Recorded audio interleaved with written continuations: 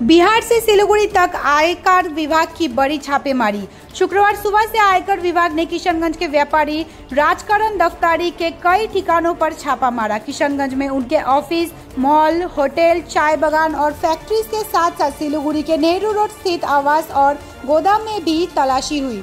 सूत्रों के मुताबिक पटना से लगभग 50 गाड़ियों में अधिकारी आए और सुरक्षा बलों के साथ कार्रवाई की। व्यापारी के ठिकानों के अलावा उनके कर्मचारियों के घरों में भी पूछताछ चल रही है। अब तक व्यापारी की तरफ से कोई प्रतिक्रिया नहीं मिली है।